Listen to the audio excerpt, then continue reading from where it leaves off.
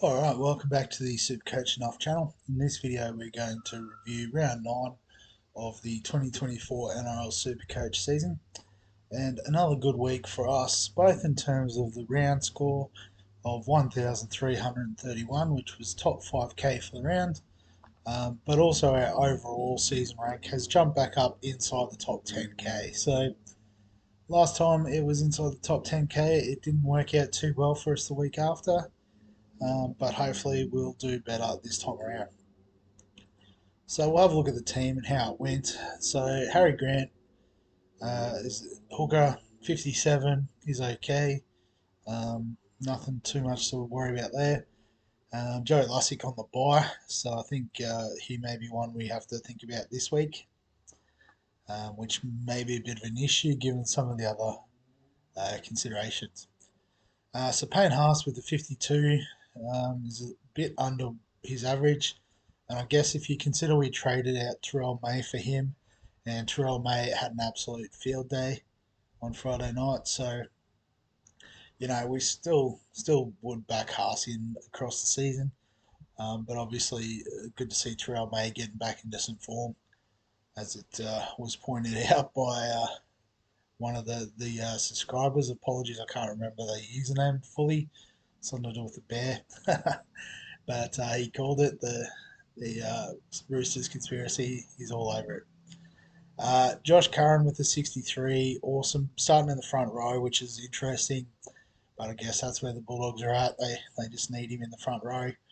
So yeah, one to sort of hold for the long term. Sam Hughes with a 39, so I mean, he's just ticking along nicely. Liam Henry missing out, but again, we expect he'll get some more game time through Origin. Angus Crichton, so 151, probably the star of the show this week. Still got massive negative break even, negative 52, absolutely insane. So I think Supercoach is the only format I've got him in, so I think I'm just going to have to bite the bullet and get him in fantasy and Dream Team, because he's just going so well this season. Viliami Kikau with 54 was solid. Smithies with a 49, sort of leaking a bit of cash, but again, he does offer that buy coverage that we're looking for. On the bench, Nickera with a 70, Ruben Cotter with a 99. I guess only on the bench because he played in that last game or later game, but absolutely killed it. And Pierce Paul with a 54 was solid as well. Nico Hines was our captain, so 97 in the wet. We absolutely will take that. Nathan Cleary pulled out with the hamstring sort of easing back in, whatever you want to call it. Tamari Martin with a 23, so he's starting to dip, and possibly one we can move on this week. Galvin with a 45, just solid as ever, but I guess his advantage is he does offer better buy coverage. The centre wings, so the two centre wings we brought in as Saka and Garrick, both hunting up, so that obviously, makes it a great decision, especially given Fuller didn't do so well. We'll talk about him in a second. Kiraz and RTS, solid with 48, 53, that's fine. We could have had Eero and May with their 68 and 74 on field, so we did lose a few points there, but it's one of those things when you've got a pretty stacked centre wing, you're never going to make or not always going to make the right decision. Bostock with another blank, essentially, to use an FPL term there, is a bit of a concern and one we may consider moving on, but we may have to make some other moves this week. And on our fullbacks, so Rob Pappenhausen was looking great, 73, and then has re-injured his ankle, or I think it was a fibula fracture or something. But he's had some rough history with that, so best of luck. And Fuller with a 38, obviously we traded him to make some money, which he has, to the tune of 136,000. So we missed out on Teddy's ton, which was disappointing. But, we did get the tons out of Osako and Garrick. So, all in all, it worked out okay. So, if we have a look at our head to head leagues, so in the first league, a comfortable victory over Morton Madness. So, Dylan Edwards with 111 as the VC was a nice return. Had Garrick as well, very nice. Had Sterrell Mace, a 120, awesome return there. Manu with an 83 as well was a good return. David Fafita played 80 minutes, got 84, so definitely one on our radars as well. Jerome Hughes went down with an injury, so that was probably unfortunate for you, Matt. Val Holmes was underwhelming again, but he's done well for most of the season, so it's fine. Zach Lomax with a down game, but again, in the wet, it was probably going to be a bit tricky for high scores there. And then we had Hines both as captain, and not too much going on the bench there for him. But if we have a look across the rest of the league, Johnson into Haas with a 13.57. Canberra Milk top of the table, 13.44. Lanes Trains 14.51. Let's have a look at the monster. So the Little Fockers will probably be upset that they scored 13.29 and still got a pumping in the head to head league. But Tommy Turbo with a 92. Nice one. Has Angus. Reece Robson with 75. I think that was probably one of the better hooker performances of the week, aside from Connor Watson. But has Garrick, Osako, had Hines as captain, Terrell May, Angus Crichton, obviously. So a few of those big hitters. So solid return there. Guess they both had Terrell May, Garrick, Osako, so some great picks there. In the second head-to-head league, we played Oh What a Night, so Stephen's team. Similar sort of outcome. So he has Terrell May, Mariota with the 31. So I guess having to play the likes of Hughes, Reece Walsh with 51. Obviously, Broncos had a tough night. Braley with the 31. So I know he was my call to come in this week. A little bit flat, but I think it was pretty wet up in Newcastle too, so that's probably a forgive. Has Angus Crichton as well. So I guess it just came down to maybe like a Sarko. Well, he had May, so that's only a 30-point difference. Ruben Cotter with the 99, that's essentially a ton. And I guess if you compare him to, say, a Hughes or a Mariota on the front row bench, then probably makes sense. So just looking at a bit stiff with Cleary and Coruscant on the bench, Dylan Brown on the bye. So probably wasn't the nicest week for you, Stephen. In terms of, we've got the Clook Stars with the 14.03. I think that might be the top score for this league. So I think they're doing pretty well overall too. We'll go and have a look at the overall in a minute. But Garrick, Turbo, Sarko, Tom Dearden with the 87. So I know he's one people have traded out of, but this is why you hold. Marshall King with a 52. Okay, so not too much on top of Brayley's score. Crichton, Manu, Pierce Paul. So a lot of people just Cabin and Hines playing it safe this week. Fantastic to see. And then in the third head-to-head, actually got done by 8 points over Shake and Bake. So sitting first in the league. I'm now sitting third, so I think I was fairly top of the table sort of clash. So let's see. He played Taylor May. Nice, got 74. That might have been the difference. If I'd played him over a Kiraz, for example, would have got the chocolates. But Turbo, Terrell May, played Bostock as well, so I mean, a bit stiff here, I think, but I guess just Terrell May. I can't even work out where the difference is because I had a Sarko which sort of covers May. Between Turbo, Cotter is fairly even.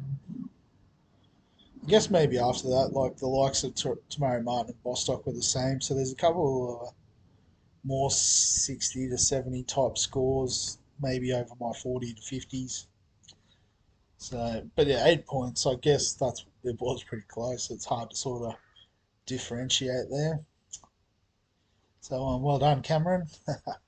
But in terms of the rest of the league, I think we were the top two scorers. So really unlucky for me this week that I hit the one player that scored more than me. But that's okay. It's how it goes. Still sitting pretty in third place. In the overalls, I've snuck up a couple of ranks. I think I was 20th last week.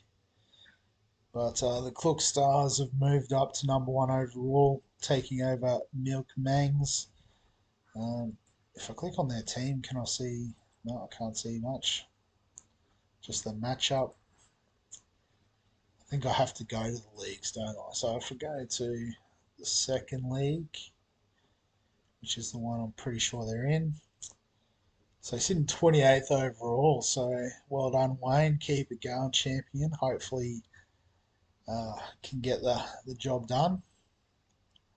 It'd be amazing to sort of have an overall winner in our midst. So Milkmangs have slipped just outside the top 100, but that's okay, Luke. I'm sure you'll bounce back this week. Pretty strong league there. What do we got? 4 teams inside the top 1K. Fantastic. Good to see. And then in the third league, so sitting third in this one behind Michael and Matt. So good stuff. Shake and bake up into fourth place there, which is fantastic. So, in terms of trades this week, initial thoughts are there are probably 3 really great cheapy options. So, the first one being KO Weeks. So, can play fullback 5/8, but obviously playing halfback at the moment. Um, the second one being David Armstrong. So, bottom dollar cheapy, available in the centre wing, but playing fullback for Newcastle. Decent job security. And then the third one, although it has made a little bit of money, but we can still get into Daniel Atkinson at fullback or halfback, which is an interesting combination. A little bit of job security, but we only really need him to cover through to round 14, and we can probably move on from there. So those are the 3 sort of options, I guess. Considering I don't really need a halfback, I'm probably going to look at the other 2. But then the question is about, do we use our last booster upgrade? So I guess at the moment we have to get rid of Pappenhausen. And so obviously that leaves an opportunity to slot Weeks or Armstrong in. And I'm sort of leaning, if I go to break evens, would probably be the best bet. Leaning towards Armstrong, although he did have the weaker sort of second game. But I guess it does sort of open up a little swing with Garrick and Ero into the fullback slot. But also because, again, if we look at our centre wings, we've got Asako, Garrick, Kiraz, probably RTS as well as keepers. Ero, we're hoping will at least cover the first bye. Bostock is one we could get out of, but we're going to keep him for origin coverage. And Taylor May is, does cover around 13 to 14 as well, but cheaper option as a bit of a pod type play. So, I don't really have a spot for Armstrong in my centre wing yet. I guess if Pappenhausen was fit and firing, probably would have gave up Bostock. But with my second trade, I'm going to get out of Tamari Martin. He's made us a bit of cash, but we're going to slot KO Weeks in there. So that's, I guess, the big issue is we have 730k to spend, which I think we can basically do what we want. But is it worth cashing out our last boost? So if I complete those trades, So, and look at the buy round. So we've got 20 available. Actually, I can do it this way, can't I? Playing round 13. So, I mean, next week we can upgrade Lussick. We'll just have to hold him for one more week. He'll dip a little bit in value, but we're not too concerned by that. Like I said, we should get Henry back, so we're not worried about him. Ruben Cotter's obviously out. Cleary will be out. So what's that? Down to 18. But I think because we got rid of Teddy, that still means we've got 18 for that round. You know, maybe has Crichton played himself into an Origin spot, perhaps? So, I mean, it could be 17. You know, do they use Hines on the bench if they go with, say, a Cam McInnes to cover the hooker spot? Or does he even play six? I've seen a few people suggest. So, I mean, it could be anywhere from 16 to 18. And obviously, we can cover the other spots if we need to. Um, so, yes, I guess, that's why it's not too concerning if we trade out of a Bostock, for example.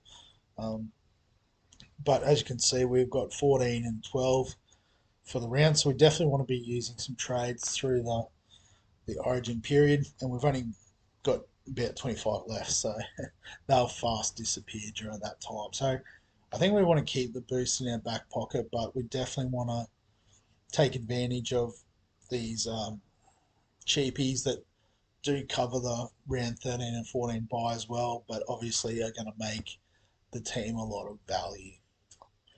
So I think we sort of did something like this last time, and we dropped about 30,000 spots, but hopefully we are in a better position. So if we were to set this team up, it's going to look very similar. It's probably all dependent on whether Cleary gets a run, but then also we've got a bit more flexibility through our wing fullback spots. So we can probably start to target a few teams perhaps. Um, but I suppose teams like the Gold Coast and Souths probably looked a little bit better defensively. Just trying to remember what the scores were on the weekend. Didn't really watch a lot of footy live. So I guess, yeah, I say Rabbitohs were better. They let 42 in, but it was against Penrith. And they did have a couple of injuries from what I heard, so probably a forgive there. But the Titans, only lost by two to the Storm. Yeah, so, the competition is tightening a bit, so I guess it's getting a bit lucky with your picks. Um, but I suppose just looking here, so obviously I think Zarko and Garrick, probably Kiraz as well, just personal preference are the three locks. So even RTS might not be guaranteed a spot on a weekly basis. But we've got Dolphins and Manly, so it could even be a case of, something like Fuller as the VC. Obviously, a Sarko as well could be an option. Probably the more sensible option if we're being honest with ourselves. Um, so yeah, the Bulldogs and Penrith. So I guess Taylor May in a bit of form. So do we back him in or RTS on a Sunday against the Roosters, his former club? Hmm. I mean, Knights have got the Tigers on the Saturday Arvo, so I think Armstrong's a good shout as well. Storm against Sharks, I think Eero's out, Bostock's out, so it really probably is a shootout between these two for a spot. Um, Maybe just being at home blue bet, I think we have to get on May, don't we? Yeah. So Galvin obviously has to play. So I just realised KO Weeks is on the buy. I've said he's the best buy. Um, don't have to get him in this week. This is awkward. So we might just undo that trade. Or do we just go straight to Max Plath if we're going to trade out tomorrow, Martin?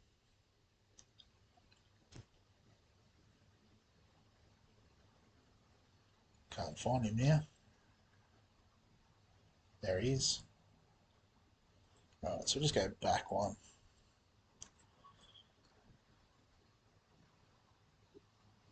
Because yeah, I don't think he's going to lose a lot of value. 55 break even. That's fine. I guess we'll still probably take Galvin, given that he's playing on the Saturday. And I've just lost the team. That's not a good sign. Refresh. There we go. So yeah, it did do the reverse trade, which is handy. Smithy's on the buy, so I'll just bring Cotter in for a minute. So obviously, if Cleary's playing, he gets the last reserve spot. If not, probably just go to RTS, I suppose. But yeah, Cowboys play last, so KPP can come on field. Guess Crichton as well, playing Sunday. Yep. So team will look something like this, I'd imagine. Hines against the Storm, just as the safe option, I think, unless maybe Harry Grant down at Amy Park on a Saturday night. Does depend on the Storm's injuries as well, I suppose. With who have they got out? They've got Pappenhausen, maybe Jerome Hughes. Faye Lungo might be out too, so covering their spine is going to be a bit tricky this week. So Bellamy always seems to find the right players to slot in. I guess given his form, do we maybe look at Captain Ponga? So if we put Nikora on bench, is that a safer option? Definitely one to consider anyway. But we'll leave the video there. We're not speculating on all the trades at the moment. It's probably gone a little bit too long. Actually, before we wrap the video up, should do draft. Always forget draft. So, nice win over Rolling Stone Rocks this week. So, Marshall with 52, Barnett and King solid in our front row, but obviously we could have had May, which is a bit flat. Just realised I'm one player short. Obviously didn't get anyone else in with my trade. Isaiah Yo with 79, solid captaincy. So Matt Burton was the guy we traded in. We traded Teddy and Aiden Caesar so that make sure that Matt had halves cover. Missed out on a few points to Tedesco, but given how bad I've been going in draft, I just wanted to get Matt Burton in and have some fun. So Phil Sammy with a 78. He was a what do you call it, free agency pick, so pretty happy with that. And Brayley with 31 in the flex. So interesting that I didn't think to fill out my bench, but we'll work on that this week. I'll just do a quick look at the head-to-head matchups. So Roscoe with Dylan Edwards at fullback. Jesse Arthurs, that's unfortunate, only a 4. Had Jermaine Asako, so it was really lucky. Yeah, so Catewell injured as well. Twyla, don't know what happened with him. And missing a couple of players. So no Fodawaker, no Junior Barlow. So no front rowers at all. Blake Laurie, why didn't he get up? Do we not? Oh, so Will Kennedy was the auto vacancy. So no fullback either. Oh, Captain Ponga. So not sure what's going on there. Maybe just forgot about the team a bit. Can't blame her. I do it too. So a couple of 900s. 956 for Shane Ace Gunzo was the top this week. So Captain Turbo had Connor Watson with his 125. Fantastic. Had Tanner Boyd with 8 auto emergency points. But Cotter, Harris, Ravalawa, and even Tom Eisenhuth with a 79 was a good result. So no Dan Tupou this week. That's why Boyd was filling in. There you go. All right, well, I think now we can wrap the video up. So as always, if you've got any questions, comments, thoughts, as I go back to Classic, feel free to get in the comment section below this video. Obviously, if you enjoy the SuperCoach content, remember to give the video a like. Subscribe for all the fantasy sports content on the channel. And other than that, we'll catch you in the next one.